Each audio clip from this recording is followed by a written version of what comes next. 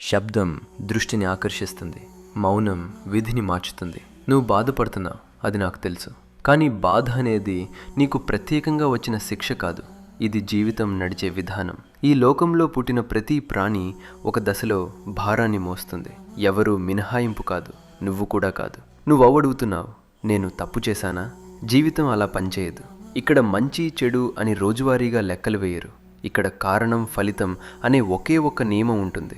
నువ్వు చేసిన ప్రతి పని నీ లోపల ఏం మిగులుస్తుందో, ఏ ఆలోచనను బలపరుస్తుందో, ఏ స్వభావాన్ని పెంచుతుందో అదే అసలు ఫలితం. ధర్మం అంటే పుస్తకాల్లో ఉన్న మాటలు కాదు, దేవాలయాల్లో వినిపించే ఉపదేశాలు కాదు. నీకు నిజమని తెలిసిన దాన్ని నీ సౌకర్యం కోసం వదలకపోవటం, నీకు కష్టమైన సరైనదే చేయటం, అంతే. అధర్మం అంటే పెద్ద పాపాలు కాదు, భయంకరమైన పనులు కాదు. నీకు తప్పు అని తెలిసినా ఇప్పుడు ఇది అవసరం అని నీ అంతరాత్మను పక్కన పెట్టడం. అక్కడే మొదలవుతుంది పతనం. ఒక్కసారి కాదు, పదే పదే. మంచి చేసినవాడు ఎప్పుడూ సుఖంగా ఉంటాడని నేను ఎక్కడా చెప్పలేదు. చెడు చేసినవాడు వెంటనే నాశనమవుతాడని కూడా కాదు. ఫలితం తప్పదు, కానీ సమయం నీ చేతిలో లేదు. ఇది అర్థం చేసుకున్నవాడే శాంతిగా ఉంటాడు. ఇది అర్థం కానివాడే అన్యాయం జరిగిందని అరుస్తూ తిరుగుతాడు. నువ్వు చూస్తున్నావు కదా, కొంతమంది తప్పు చేస్తూ కూడా ఎదుగుతున్నట్టు. అది ఎదుగుదల కాదు, అది ఆలస్యమైనట్టుదు. అది ఆలస్యమైన భారమే. భారం ఒకసారి పడితే తప్పించుకునే దారి ఉండదు. అది పైకి కనిపించదు, లోపల మొదలవుతుంది. నెమ్మదిగా, నిశ్శబ్దంగా. నువ్వు అలసిపోయావు, శరీరం వల్ల కాదు, మనసు వల్ల. చాలా కాలంగా నీ లోపల ఉన్న నిజాన్ని నువ్వే నొక్కిపెట్టావు. ఇలా చేయక తప్పదు, అందరూ అలా చేస్తారు. ఇది ప్రాక్టికల్. ఈ మాటలు బయటికి బాగానే ఉంటాయి, కానీ లోపల ఖాళీ పెంచుతాయి. ఆ ఖాళీనే నిన్ను అలసటగా మార్చుతుంది. నువ్వు దేవాలయానికి వచ్చావా లేదా, నన్ను పిలిచావా లేదా, అవి నా స్థాయిని మార్చవు. నువ్వు ఈరోజు నీ కోపాన్ని ఆపుకున్నావా, నీ స్వార్థాన్ని గుర్తించావా, నీ భయాన్ని అబద్ధాలతో కప్పలేదా? అదే నాకు కావాల్సింది. నీ తప్పులు నీ జీవితాన్ని నిర్ణయించవు. ఆ తప్పుల తర్వాత నువ్వు ఎలా నిలబడతావో అదే నిర్ణయిస్తుంది. పడిపోవడం పతనం కాదు, నడిపోయిన తర్వాత అదే దారిలో కొనసాగడం పతనం. ఇది గుర్తుపెట్టుకో. నేను నిన్ను నడిపించను, నీ చేతిలో కత్తి పెట్టను, నీ మీద భారం మోపను. నువ్వు వేసే ప్రతి అడుగుకు వ్యవస్థగా ఉంటాను. నువ్వు ధర్మంలో నిలబడితే బలమవుతాను, నువ్వు అధర్మంలో నడిచితే ఫలితంగా మారుతాను. నిన్ను కాపాడే పని నేను చేయను, నిన్ను నిలబెట్టే అవకాశం మాత్రమే ఇస్తాను. నువ్వు ఏం ఎంచుకుంటావో అది నీ పని, నేను చూస్తూనే ఉంటాను. ఇంతవరకు చెప్పాను, ఇంకా చెప్పాల్సిన అవసరం లేదు. నువ్వు వినాల్సింది ఇప్పటికే విన్నా.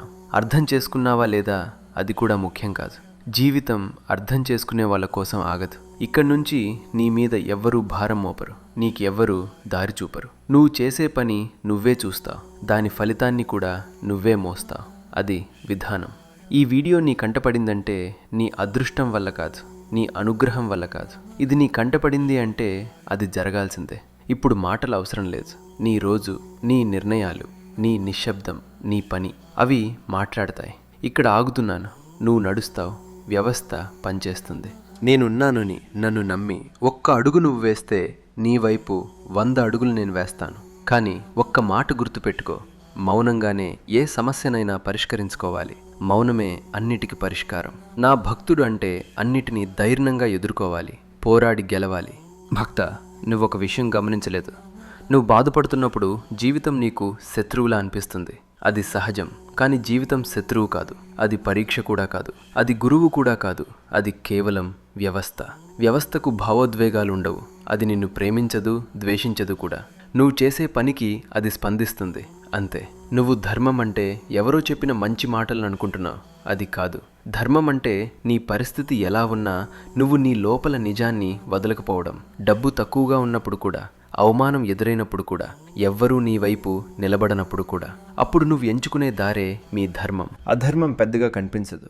అది ఇప్పుడు ఏమి చేస్తాం అనే మాటలో ఉంటుంది, ఇదొక్కసారి అనే ఆలోచనలో ఉంటుంది, ఎవరికీ తెలీదు అనే నిశ్చింతలో ఉంటుంది. అది అరుస్తూ రాదు, నెమ్మదిగా అలవాటవుతుంది. అలవాటైన తర్వాత నీ స్వభావంగా మారుతుంది. నువ్వు మంచి చేసినా ఎందుకు బాధ వస్తుందో ఇప్పుడు అర్థం చేసుకో. మంచి చేయటం వల్ల బయట పరిస్థితులు మారవు, లోపల నువ్వు మారుతావు. ఆ మార్పు నర్పును నీ చుట్టూ ఉన్న ప్రపంచం ఎప్పుడూ అంగీకరించదు. అందుకే ఘర్షణ. చెడు చేసిన వాళ్ళు ఎందుకు ముందుకు వెళ్ళినట్టు కనిపిస్తారో కూడా ఇదే కారణం. వాళ్ళలో ఘర్షణ తక్కువ, అందుకే వేగం ఎక్కువ. కానీ వేగం అంటే దారి కాదు, నిశ్చింత అంటే గమ్యం కాదు, అది ఆలస్యమైన భారం మాత్రమే. నువ్వు అలసిపోతున్నావు ఎందుకంటే నువ్వు చెడ్డవాడివి కాబట్టి కాదు, నువ్వు లోపల ఇంకా సరైనదే కావాలని కోరుకుంటున్నావు కాబట్టి. ఆ కోరికే నీ బరువు, అదే నీ విలువ కూడా. నువ్వు అరుగుతున్నావు, ఇంత తెలిసినా తప్పు మళ్ళీ ఎందుకు చేస్తాను? ఎందుకంటే తెలుసుకోవడం వేరు, స్థిరంగా ఉండటం వేరు. స్థిరత్వం ఒక్క రోజులో రాదు, అది పడిపోవడం, నిలబడటం, ఈ రెండింటి మధ్య నెమ్మదిగా పుడుతుంది. నువ్వు ఒకరోజు పూర్తిగా మారిపోవాల్సిన అవసరం లేదు. ఈరోజు ఒక్క అబద్ధం తక్కువ, ఒక్క కోపం ఆపుకోవటం, ఒక్క అవసరం లేని హాని చేయకపోవటం, అంతే. అదే ధర్మం ప్రాక్టికల్గా కనిపించే రూపం. నువ్వు నన్ను గుర్తుపెట్టుకోవాల్సిన అవసరం లేదు, నా పేరు పిలవాల్సిన అవసరం లేదు. నువ్వు చేసే పని నీ లోపల ప్రశాంతత పెంచుతుందా లేదా ఖాళీ పెంచుతుందా? ఈ ఒక్క ప్రశ్న చాలు. జీవితం చివరికి నీ నుంచి గొప్ప సమాధానాలు కోరదు. నువ్వు ఎంత నిజంగా ఉన్నావో అదే చూస్తుంది. నువ్వు ఎంత ధైర్యంగా ఉన్నావో కాదు, ఎంత ప్రసిద్ధిగా ఉన్నావో కాదు, ఎంత మోసం చేయకుండా నడిచావో. ఇప్పుడు నువ్వు ఒంటరిగా ఉన్నావనిపిస్తే అది భయపడాల్సిన విషయం కాదు. ఒంటరితనం చాలామందికి శిక్ష, కానీ కొంతమందికి స్పష్టత వచ్చినవాడు ఇక గందరగోళంలో పడడు. ఇంతే. ఇక్కడితో మాటలు ఆపుతున్నాను. ఇప్పటి నుంచి నీ నిర్ణయాలు మాట్లాడతాయి, నీ పని మాట్లాడుతుంది, నీ మౌనం కూడా మాట్లాడుతుంది. భక్త, నువ్వు భయాన్ని తప్పుగా అర్థం చేసుకున్నావు. భయం వచ్చిందంటే నువ్వు బలహీనుడివి అనుకుంటావు. కాదు, భయం అంటే నీ లోపల ఇంకా ఏదో మిగిలి ఉందని అర్థం. ఏమీ పట్టించుకోని వాడికి భయం ఉండదు. అందుకే భయం పూర్తిగా పోవాలని కోరుకోవద్దు. అది పోతే జాగ్రత్త కూడా పోతుంది. నువ్వు కాలం గురించి ఆలోచిస్తున్నావు. ఇంకా ఎంతకాలం? ఇప్పుడైనా మారుతుందా? నా వంతు ఎప్పుడొస్తుంది? కాలం ఎవరికీ సమాధానం ఇవ్వదు. అది అడిగే వాళ్ళ కోసం ఆగదు.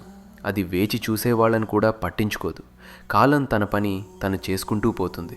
నువ్వు చేయాల్సింది కాలంతో పోటీ కాదు, కాలంలో నిలబడటం. భక్త, నువ్వొకటి గుర్తుపెట్టుకో. కాలం మారుతుందని కాదు, మనిషి అలవాటు పడతాడు. అలవాటు పడినవాడే బతుకుతాడు, అలవాటు పడలేనివాడే కాలాన్ని నిందిస్తాడు. నువ్వు మరణం గురించి కూడా ఆలోచిస్తున్నావు. అది భయంగా అనిపిస్తుంది. అది సహజం. కానీ మరణం నీ శత్రువు కాదు. అది నీకు గడువు గుర్తు చేసే విషయం. గడువు తెలిసినవాడే అవసరం లేని పనులు వదిలేస్తాడు. అవసరం లేని ద్వేషం, అవసరం లేని అహంకారం, అవసరం లేని పోటీ. నువ్వు బతకడం నేర్చుకోవాలంటే ముందు వదిలేయడం నేర్చుకోవాలి. అందరినీ సంతృప్తిపరచాలనే ఆలోచన, ఎవ్వరూ తప్పు అనుకోకూడదనే భయం, ప్రతి దానికి అర్థం ఉండాలనే ఆశ, అవన్నీ భారాలు. భారం మోసుకుంటూ ఎవ్వరూ దూరం నడవలేరు. నువ్వు ఒంటరిగా నడవాల్సిన దారులుంటాయి, అవి తప్పించుకోలేవు. అక్కడ ఎవ్వరూ నీతో ఉండరు, నీకు భరోసా ఇవ్వరు, నీకు శబ్దం కూడా ఉండదు. అక్కడే నువ్వు నిజంగా ఎవరో నీకు తెలుస్తుంది. చాలామంది ఆ దశలోనే వెనక్కి తిరుగుతారు. అందుకే చాలామంది అదే చోటే ఆగిపోతారు. కొంతమంది మాత్రమే ముందుకు వెళ్తారు. వాళ్ళు ప్రత్యేకులు కాదు, వాళ్ళు భయాన్ని ఒప్పుకున్నవాళ్ళు. భక్త, నువ్వు ఒకరోజు ఎవరిని నిందించకుండా నీ పరిస్థితిని చూసే స్థాయికి వస్తావు. అప్పుడు నువ్వు బలంగా ఉన్నావా లేదా అన్నది ముఖ్యం కాదు, నువ్వు స్పష్టంగా ఉన్నావు. స్పష్టత వచ్చిన వాడికి జీవితం పెద్ద సమస్యలా అనిపించదు, పనిలాగా అనిపిస్తుంది. నువ్వు ఈరోజు ఏం సాధించావో నేను అడగను, నువ్వు ఈరోజు ఏం చేయకుండా ఆగావో అది ముఖ్యం.